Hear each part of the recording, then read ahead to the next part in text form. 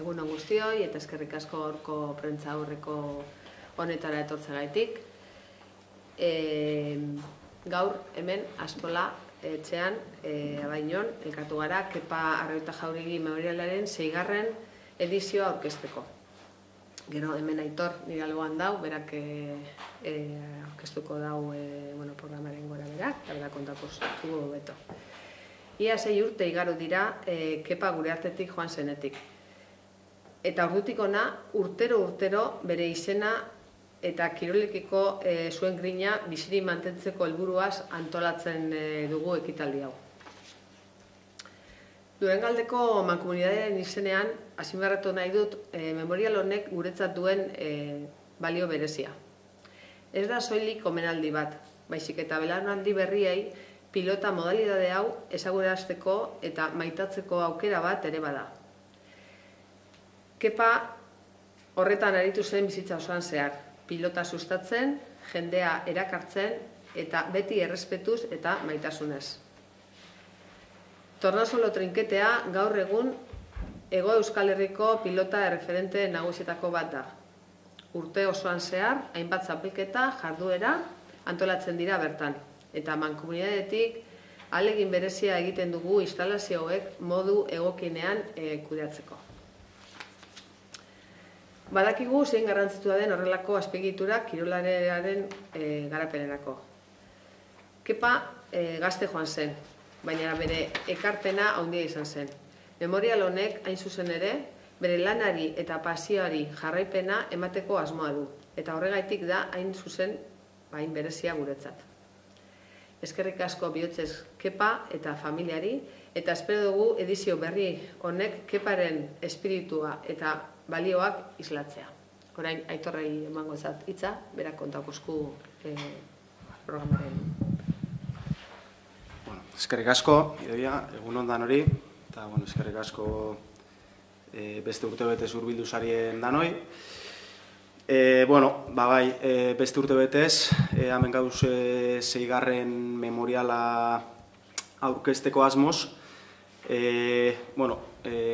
Dudaren bat badeko zue, dinot, jente asko galdetu esku, 6. memoriala da, baina, gero atzien ikusten mozue palmaresien eta hor utxune badau, lehenengo urtien, pandemia, bigarren olatu ekarra pausoskun eta eskinun amaitu, baina, edizio hori kontetan dugunez, naiz eta esan amaitu, aurten 6. izango da.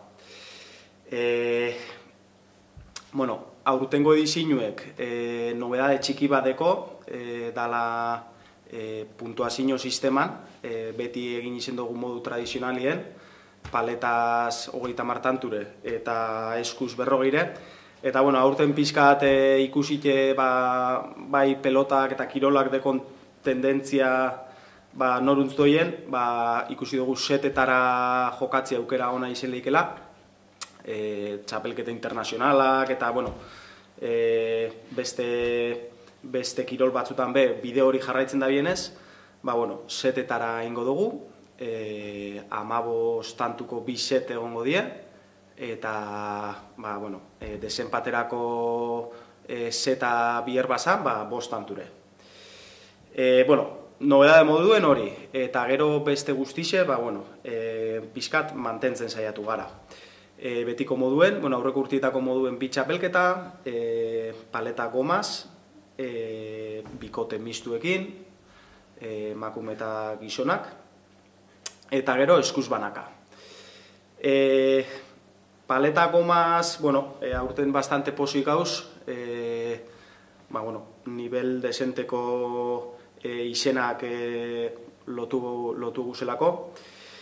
Aipatzekotan olan pixkat izen espezialen bat, Agustin Maldonado dekogu, bera argentinar jatorriko pelotari bada, Larrabetzun bizi dana, eta urte askuen hemendik da biena, baina bai frontoien, bai trinketien, danetarekin behiten dau, pala munduen, eta nahiko atraktibo, izen atraktibo bat dala uste dugu. Gero, nesketan, nivel asko dauela esan geinke, batez be, Nafarroatik datozen Irene Arrastoa eta Paula Gorostiaga holan pizkat aipatzeko. Bi honek oindala aste batzuk Argentinan jokatu dan 23 urte zazpiko munduko txapelketan txapeldunek urten die Espainiako selekzioekin. Eta nahiko forma honien datozela esan aldugu.